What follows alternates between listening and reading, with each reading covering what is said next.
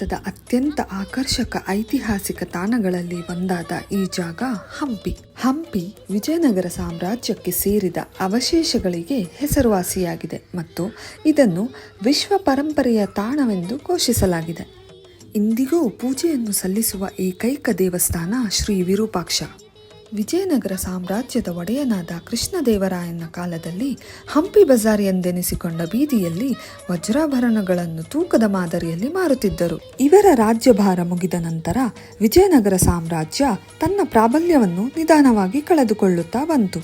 ಕೊನೆಗೆ ತಾಳಿಕೋಟೆಯ ಯುದ್ಧದಲ್ಲಿ ಮುಸ್ಲಿಂ ಸಾಮ್ರಾಜ್ಯದಿಂದ ಬಂದ ಆಕ್ರಮಣವನ್ನು ತಡೆಯದೆ ಅಂತ್ಯಗೊಂಡಿತು. ಹಂಪಿಯಲ್ಲಿದ್ದ ಅನೇಕ ಸ್ಮಾರಕಗಳನ್ನು ಸುಮಾರು 6 ತಿಂಗಳುಗಳ ಕಾಲ ಸೈನಿಕರು ನಾಶ ಮಾಡುತ್ತಿದ್ದರು ಎನ್ನುತ್ತದೆ ಇತಿಹಾಸ. ಇಂದು ವಿರೂಪಾಕ್ಷ ದೇವಾಲಯ, ಹಜಾರೆರಾಮ ದೇವಸ್ಥಾನ, ಸಪ್ತಸ್ವರ ಸಂಗೀತ ಹೊರಹೊಮ್ಮಿಸುವ ಕಲ್ಲಿನ ಕಂಬಗಳು, ವಿಶ್ವವಿಖ್ಯಾತ ಕಲ್ಲಿನ ರಥ, ಮಹಾನವಮಿಯ ದಿಬ್ಬ, ಸಾಸಿವೆ ಕಾಳು ಗಣಪತಿ, ಉಗ್ರ ನರಸಿಂಹ, ಕಮಲ ಮಹಲ್, ಬಡವಿಲಿಂಗ, ಆನೆಲಾಯ ಹೀಗೆ ಹಲವಾರು ಪ್ರೇಕ್ಷಣೀಯ ಸ್ಥಳಗಳನ್ನು ಹಂಪಿಯಲ್ಲಿ ನೋಡಬಹುದಾಗಿದೆ.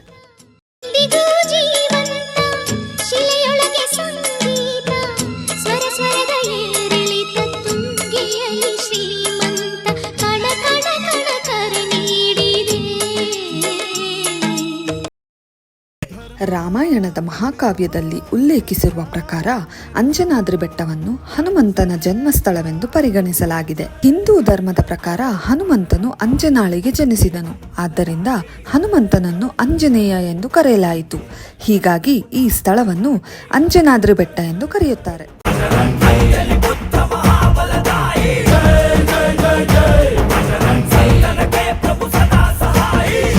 ಸುವನ ಕೇಸರಿ ನಂದನ ತೇಜ ಪ್ರತಾಪ ಮಹಾಜಗವಂದನ ರಾಮದೂತ ಅತುಲಿತ ಬಲಧಾಮ ಅಂಜನಿ ಪುತ್ರ ಪವನ ಸುತ ನಾಮ ಜಯ ಹನುಮಾನ್ ಜಯ ಹನುಮಾನ್ ಭೂತ ಪಿಶಾಚ ನಿಕಟ ನಹಿ ಆವೆ ಮಹಾವೀರ ಜಗನ್ನಾಥ. ನೆನಪಾದರೆ ನಾನು ಹಂಪೆಯ ಚರಿತೆಯ ತೆರೆದೆ, ಮಂಜಾದರೆ ನಾನು ಕೊಡಗಿನ ಶಿರದಲ್ಲಿ ನೆರೆದೆ, ಬೆಳಕ